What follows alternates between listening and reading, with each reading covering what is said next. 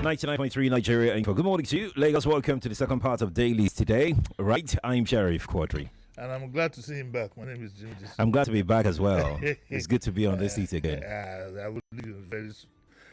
What do you mean? I was Italian. Is that it? The whole of next week. The whole of next week? I'm telling you. I'm Italian. Anyway, let's go. We have to sort this out. Good to see you back. You people, let's plan. You shouldn't go anywhere. You know what to do.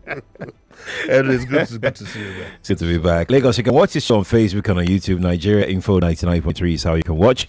On Facebook and on YouTube, drop your comment. Let's hear what you think about the stories that we're about to bring your way. We're going to start with this Ambassadorial on page 11. The Guardian, you know why we're starting with this in a moment. Yes, it's quite deliberate, I told Sheriff.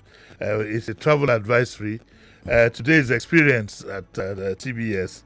And so, from about 4 o'clock, if you don't have anything doing in this area, I'd advise that you stay away, from the island if possible. Usually, every year it's present. But we'd like to thank Paul Adefarasing for bringing experience every year, which I hear is free. Yes, at least it will provide everybody's good experience. It will provide some relief for some people. I think Lagos State 2 has a concert that they do, I think, end of the year, which is also free. I'd like to call on corporate bodies to get together, 1 or 2 get together, and let's provide a bit of relief for our people. The tension has been so much. In between the tension also there's been hunger and all kinds of things. So, thank you very, very much, Pastor Adefarasing, for this, and I hope others will follow suit. There are many others. The Catholics, they also do theirs. Oh, the Catholics? Oh, yes, they also do theirs. I think there is another one, that there is another denomination. But, we are not talking about Christmas Carol. Yeah, yes. Just like oh, yes, because yes, this, I think this one is going to be all night. And I think I'll brave it next year to go. Oh, really? But you want to go? I can't last long. That place is always filled, though. What did they not packed. No, I think the way around it is I'll go to the church very early in the morning, then go with somebody. It's TBS, no. I'll think about it. All right, so these days you don't have police escort again. I'm a bit more difficult. Like, look, so you've heard the travel advisory. Be mindful where you go today, right? Okay. Even though I must add that experience has been quite effective and well organized. They don't cause discomfort to Lagosians whenever experience happens. Yeah, but I think it's. I mean, you go to the Island Club, you go to Yoruba Tennis, you go to all these places. I think you can just relax for one day. Yeah. Thinking of my crew, my kind of people, go to Island Club tomorrow. Yeah. So I can automatically lose Island Club. Going back, what the dengue? Hey boys, what's the meaning of dengue? Dengue is where you don't correct. And then the issue of where you will win. Yeah. When the gospel is too long. I'm sure wherever they are, they are Okay, so you guys have been taking care of the old guys. You've been taking care of this morning. All right, now let's go on. We've done our public service announcement. Let's go on now. Daily Trust front page: ADC Obi flay Tinubu over early campaign. President Tinubu, the APC they've been politically irresponsible. They flouted all the INEC rules about campaign. I was shocked when I saw that, though. Yes, they flouted, and there was even a photograph of vehicles. I don't know where these people get all this money from. Well, I know, but it's not for me to say. But the vehicles and branded vehicles and so on and so forth for Rashiwadu's campaign so early in the day. That's it, And so the ADC and the PDP and all of them and Peter Obi have criticized President Tinubu for engaging in early campaign through the distribution of vehicles to the state coordinators of the unit. The thing about all this is that the president doesn't care. He couldn't be bothered People have said worse things. People have done worse things. He couldn't be bothered. He just keeps heading for where he's going. I hope it pays him this time around. But it's also, there's something about the optics, which I always talk about.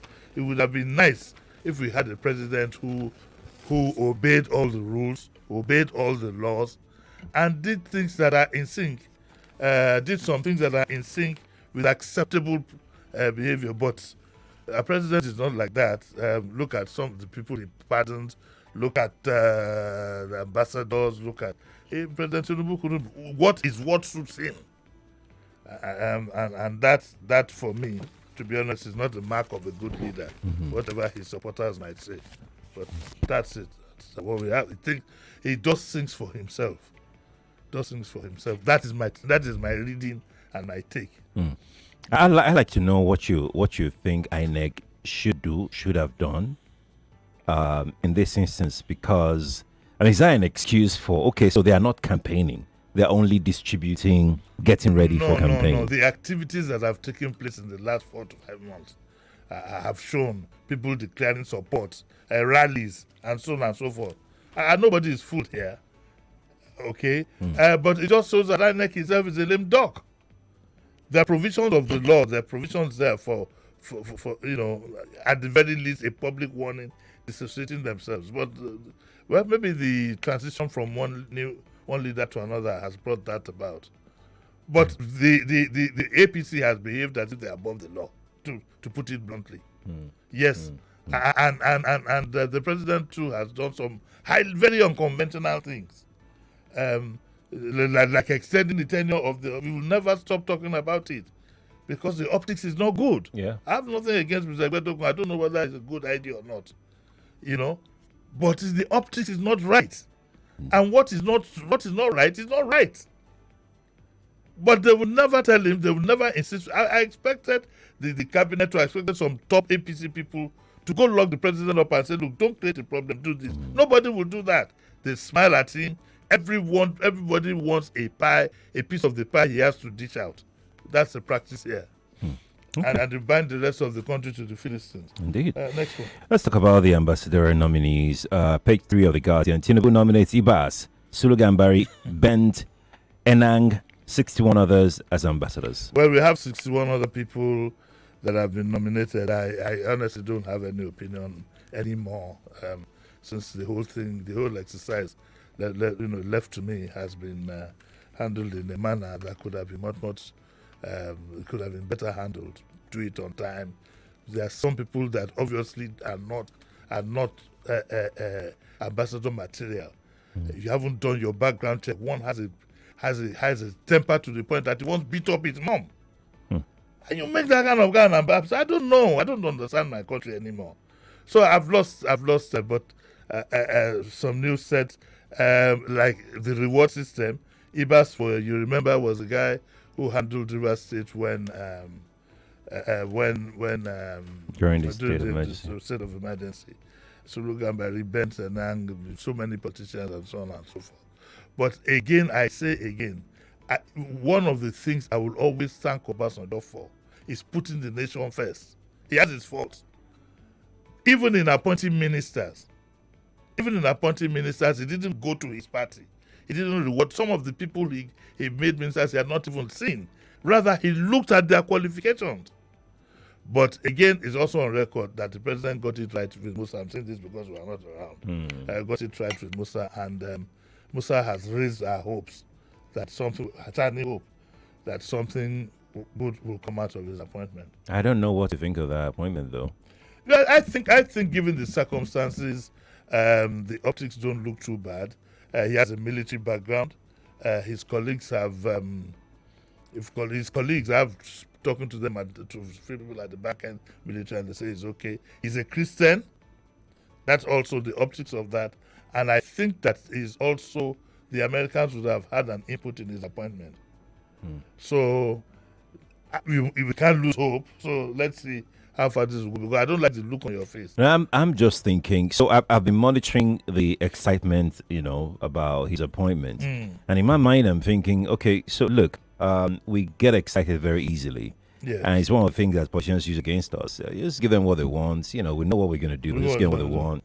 Because I don't think that Minister of Defense has got that much effect, that much impact on the war on terror when it comes to Nigeria's situation, because our situation is much more complex than having a Minister of Defense who is a Christian.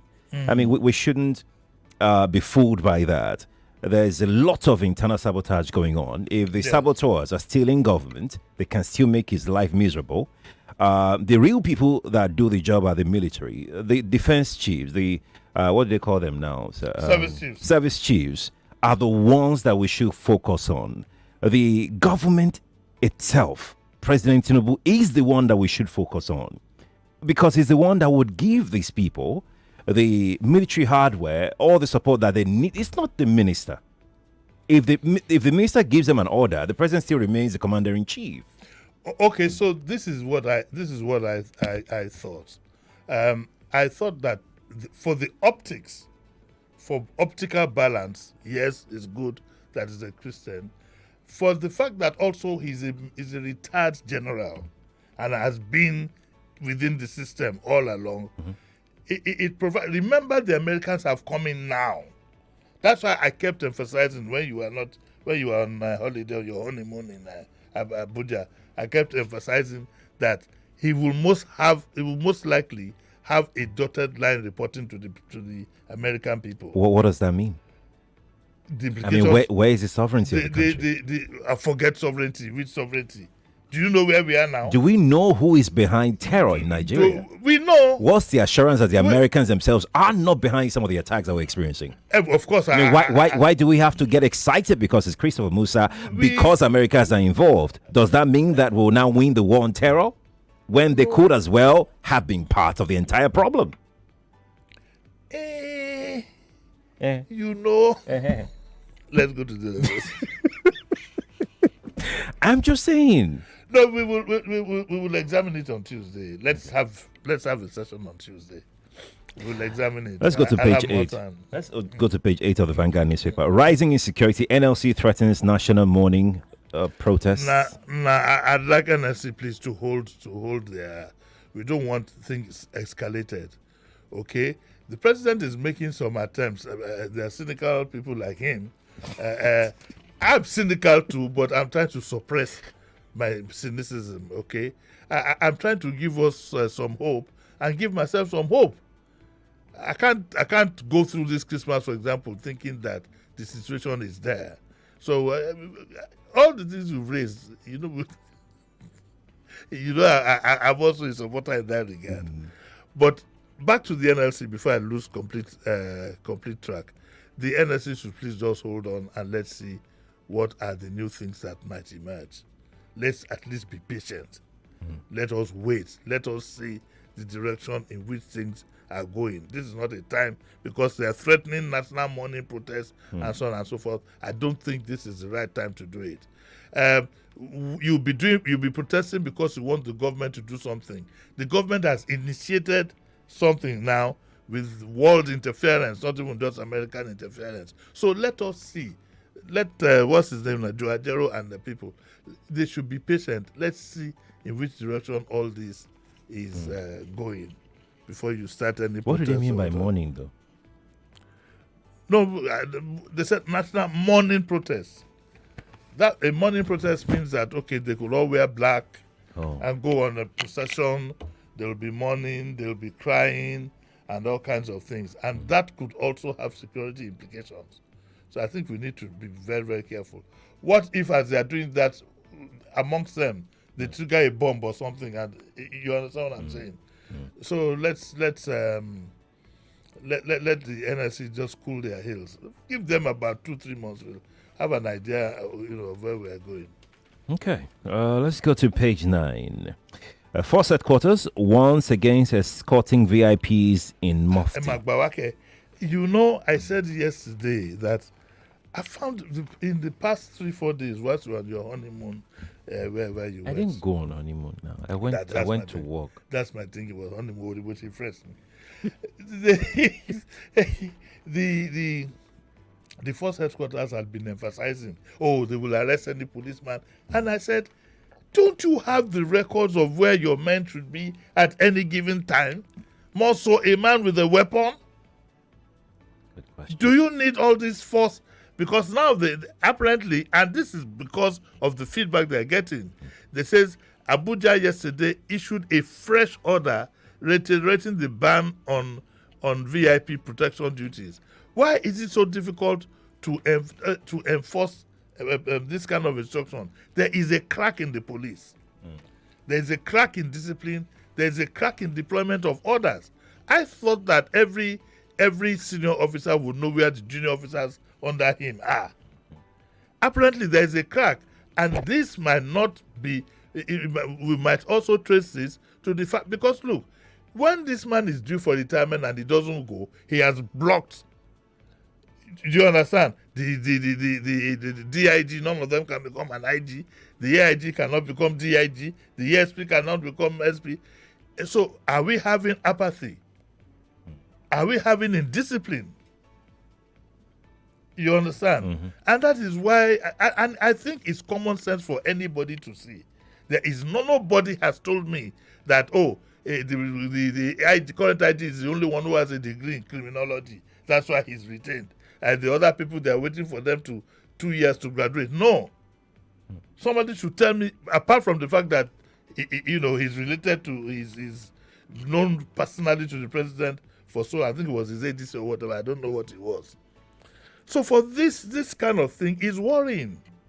And it says it now deploys a special squad to arrest violators. I don't get it. The optics here are not good at all. So instead of wearing their uniform, they've resorted to wearing mufti. Because it's lucrative. Some of them are going to resign. Some of them have been escorts for how many years? They're well paid, well remunerated, they make money here and there, and so on and so forth. So that is this repeated order shows that at the very least there's complete lack of discipline within the police, and maybe lack of motivation for doing the job itself. Because let's face it, safeguarding a VIP is like a private enterprise. You know what are going. Everybody is happy, and they're not going to safeguard any VIP. Let the VIP get into trouble. Oh my man, I've seen the job. They take off their uniform.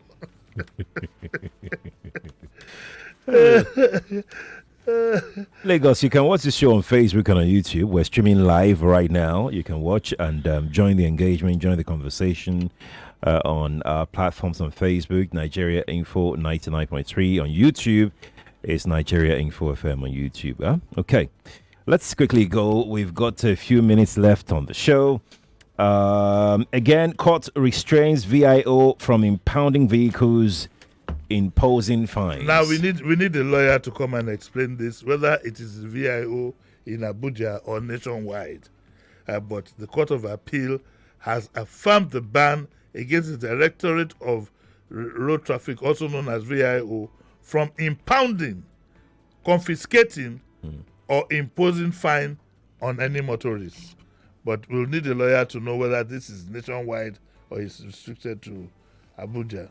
Okay, all right. Our next story is on page 9 of the Guardian newspaper. Stella Moye narrates ordeal of ailing child, seeks financial assistance. Yes, this has been going on. I felt so sorry. All of you know Stella Moye, a singer. She was one of those, she's been having problems with that child, and she needs all the help that she can get. I think sometime next week, if I remember, we'll be able to give you the details and see whatever help people can render her, so that the son will be well. But he's been in a bad condition for close to, if I remember, about 5 or 6 years. Yeah, it's been some time. Yes, it's been some time. Yeah. And Okay. As we go, let's take this editorial in the Daily Trust. Chief Daniel Ochimagbese. Yes, Dan Agbese, they're writing a tribute to him. And very quickly, let me read a paragraph that says, Daily Trust acknowledges the fact that the life of Dan Agbese, who made bold remarks in journalism, publishing, media consultancy, and community service, ran full circle. He died at the age of 80. He, in the course of life, served his community, trained media practitioners, guided the profession, and guided the nation. May his soul rest in perfect peace. Amen. Amen to that. Yeah. We'll cap it up here. What's happening at 9? I keep looking at the clock, so. No, and we still have a bit of time. Good. That's good. It's a surprise. It's a surprise?